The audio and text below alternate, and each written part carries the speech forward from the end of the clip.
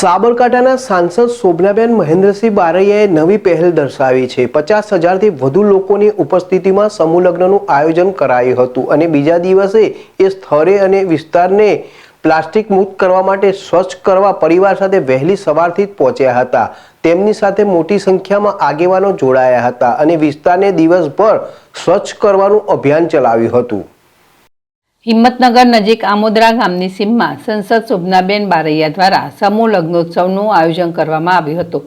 સંસદ શોભનાબેન દ્વારા 125 દીકરીઓના લગ્ન આ સ્થળ પર કરવામાં આવ્યા હતા, જ્યાં 50,000 કરતાં વધુ લોકો સાબરકાંઠા અને અરવલ્લી જિલ્લામાંથી ઉપસ્થિત રહ્યા હતા। સમૂહ લગ્નમાં પ્રભુતામાં પગલાં પાડનાર 125 દીકરીઓને આશીર્વાદ આપવા માટે રાજ્યના મુખ્યમંત્રી ભૂપેન્દ્ર પટેલ અને લક્ષદ્વીપ દમણ દીવના પ્રશાસક પ્રફુલ્લ પટેલ પણ ઉપસ્થિત રહ્યા હતા। આ વિશાળ કાર્યક્રમ સ્થળે એકઠી થયેલ જનમેદનીને લઈ ફેલાયેલ કચરાને દૂર કરવા માટે સંસદ શોભનાબેન બારૈયા અને તેમના પરિવાર દ્વારા અભિયાન ચલાવાયું હતું। લગ્ન પૂર્ણ થયાના બીજા દિવસની સવારે પરિવાર સાથે સંસદ શોભનાબેન સ્થળ પર હાથમાં ઝાડુ લઈ પહોંચ્યા હતા। વિસ્તારમાંથી પ્લાસ્ટિકનો કચરો એકઠો કરવા સાથે તમામ કચરો અને ગંદકી દૂર કરવા માટે દિવસભર અભિયાન આગેવાનો સાથે મળીને ચલાવ્યું હતું। સંસદે કહ્યું હતું કે દરેક કાર્યક્રમ અને પ્રસંગે પણ તેની પૂર્ણતા બાદ વિસ્તાર અને સ્થળને સ્વચ્છ રાખવા માટેની ફરજ નિભાવવી જોઈએ। સંસદ દ્વારા સમાજ સહિત અન્ય સમાજો તથા લગ્ન સમિતિઓ માટે સફાઈ અભિયાન પ્રેરણારૂપ છે તેમ કહીએ તો નવાય નહીં। રાવલ ZSTV પ્રાંતિજ।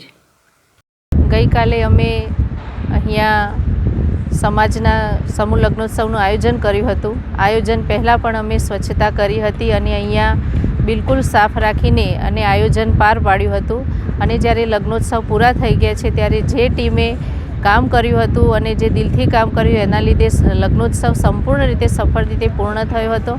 અને જેમ આપણે ઘરે પ્રસંગ કરીએ અને પહેલાં અને પછી સફાઈ કરીએ છીએ એ રીતે આ જગ્યાએ પણ આટલી મોટી વિશાળ જગ્યામાં જ્યારે 50,000થી ઉપર પણ મેદની ઉપસ્થિત રહેતી હોય ત્યારે જો થોડી ઘણી પણ ગંદકી રહી જાય તો એ દેશ માટે અને આપણા રાજ્ય માટે પણ સારું નથી। એ અભિગમથી અમે અમારી જે ટીમ હતી જે સમૂહ લગ્નોત્સવમાં જોડાઈ હતી તે ટીમ અને મારા પરિવાર સાથે અમે આ સ્વચ્છતામાં જોડાયા છીએ અને આ જગ્યા ઉપર આ જગ્યા પ્લાસ્ટિક મુક્ત થાય એ હેતુથી અમે સ્વચ્છતા નો આગ્રહ રાખીએ છીએ અને આ બધા કાર્યક્રમોમાં અમે તો કહીએ છીએ કે જે પણ કોઈ કાર્યક્રમ થાય કે પાછળથી છોડી ન દેતા અને એનું સ્વચ્છતાનું ધ્યાન રાખવું જોઈએ।